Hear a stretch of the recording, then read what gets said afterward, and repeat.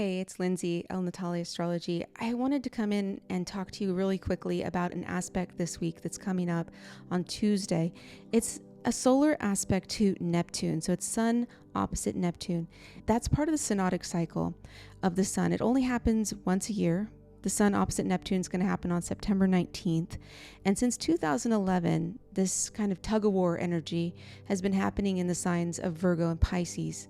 And the Sun in Virgo and Neptune in Pisces, a tug and war between doing the things you feel like you have to do in service and the thing that you might want to do.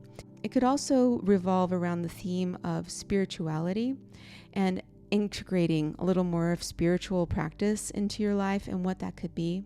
The uncertainty might feel like a little bit confusing or make you second guess something around this time, but it's important to stop and reflect and really listen to your intuition.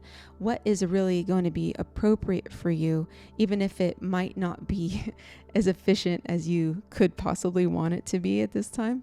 Neptune is tricky, of course, because it's just hard to put your finger on it. It does a lot of expansive universal stuff.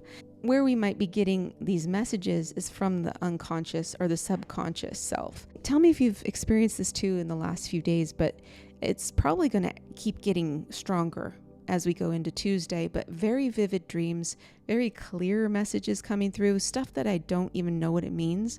I'll write down a word. One of them was hijira. I don't even know where that came from.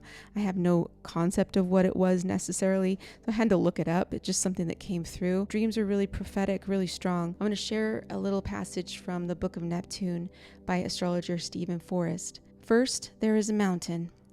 In Zen Buddhism, there's a koan. First there is a mountain, then there is no mountain, then there is. Back and forth we go, swinging between these two incompatible interpretations of reality, the Neptunian one and the solar one. Am I looking at a mountain? Yes, of course, there it is. But am I really only seeing my mind? In other words, is the mountain really in my mind? And the thing in my mind has little to do with the actual reality of the mountain, if there really is any reality at all. Yes, again. But on the other hand, if you run into that mountain in an airplane, you're done. There's definitely a mountain. Notice the tug-of-war of the gravitational center of your ego mind here. You may have the feeling that you have to choose between these two interpretations, to take a position, to have an opinion.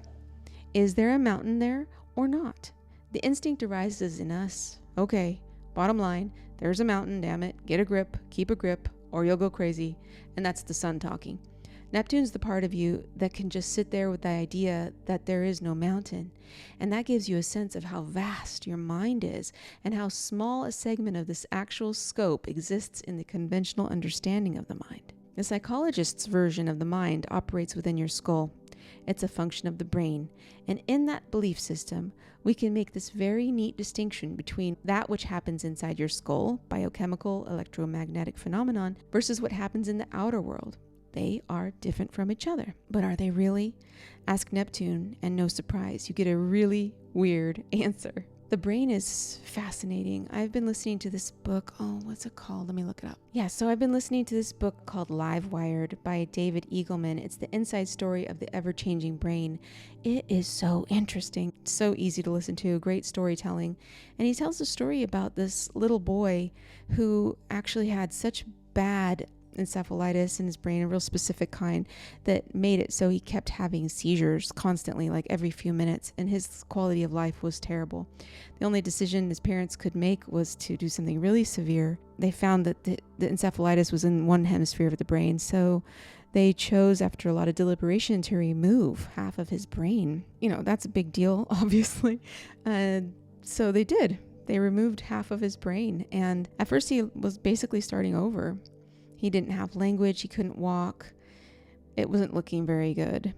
But within a few months, he started to speak one word at a time, just like a baby. And he started to do things very, very slowly at first.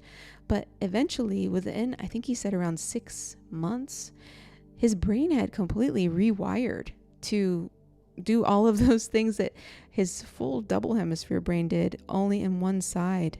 And remarkably, he grew up, and he only has half of a brain, but he was able to go to college. He was able to work. He's able to do all the things everybody else can do. And he just has a little bit of a limp on one side. I don't know. It was an interesting story.